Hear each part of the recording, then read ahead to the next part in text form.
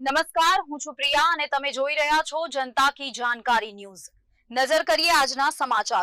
મુખ્યમંત્રી ભૂપેન્દ્ર પટેલ સુરેન્દ્રનગરની મુલાકાતે હતા, જ્યાં તેમણે સુરેન્દ્રનગર મહાનગરપાલિકા વિસ્તારમાં આશરે 540 કરોડના વિવિધ વિકાસલક્ષી કામોના ખાતમુહૂર્ત અને લોકાર્પણ કર્યા હતા। જો કે મુખ્યમંત્રી જ્યારે સભાને સંબોધિત કરી રહ્યા હતા ત્યારે જ એક યુવાને ઊભા થઈને વિરોધ નોંધાવતા સભામાં ભારે હોબાળો મચી ગયો હતો। મુખ્યમંત્રીના સંબોધન દરમિયાન હોબાળો।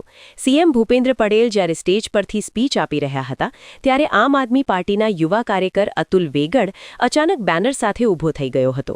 આ યુવાને સરકારી કામગીરી અને મહાનગરપાલિકામાં બીપીએલ કાર્ડના દાખલા કાઢવાના બંધ કરવાના મુદ્દે રજૂઆત કરવા લાગ્યો હતો। સભામાં વાતાવરણ બગડતા મુખ્યમંત્રીએ શાંતિથી પ્રતિક્રિયા આપતા કહ્યું કે આપણે વિકાસની રાજનીતિ કરવા નીકળ્યા છીએ, આપણે એની તરફ ના જોવું જોઈએ। આ ઘટનાને પગલે તુરંત જ ત્યાં હાજર એલસીબી તેમજ સ્થાનિક પોલીસની ટીમે વિરોધ કરી રહેલા યુવાનની અટકાયત કરી અને પોલીસ મથકે લઈ જવામાં આવ્યો હતો। મારું નામ અતુલભાઈ વેગડ, આમ આદમી પાર્ટી સુરેન્દ્રનગર। અત્યારે જે ભૂપેન્દ્રભાઈ પટેલ 539 કરોડના ખર્ચે કામોનું ઉદ્ઘાટન કરીને ગયેલા છે, તેમાં હું એમને કહેવા માગું છું કે બીપીએલ કાર્ડની યાદી નવી જાહેર કરવાની છે। 539 કરોડનો ખર્ચો તમે ક્યાં કરો એ અમને કોઈને કંઈ ખબર પડતી નથી।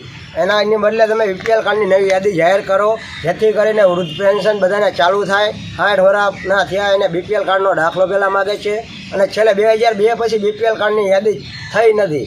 એટલે મારી માગણી છે કે 2002 પછીની બીપીએલ કાર્ડની યાદી ચાલુ કરાવો હવે, જેથી કરીને વૃદ્ધોને લાભ મળે। અને બીજા નંબરમાં ફોર્મ નંબર 7 જે ભરાણા છે રદ કરવા માટે એ તદ્દન ખોટા છે, તેના માટે અમે વિરોધ કરું છું। આ તદ્દન આનો હું વિરોધ કરું છું। આ 7 નંબરના જે ફોર્મ ભરાણા એ તદ્દન ભાજપના સભ્યો દ્વારા ફોર્મ ભરાયેલા છે। 5800 ફોર્મ ભરાણા છે નામ રદ કરવા માટે, એ તદ્દન ખોટું આ ષડયંત્ર છે ભાજપનું, એનો હું વિરોધ કરું છું। અને ભૂપેન્દ્ર પટેલનો પણ હું તદ્દન વિરોધ કરું છું।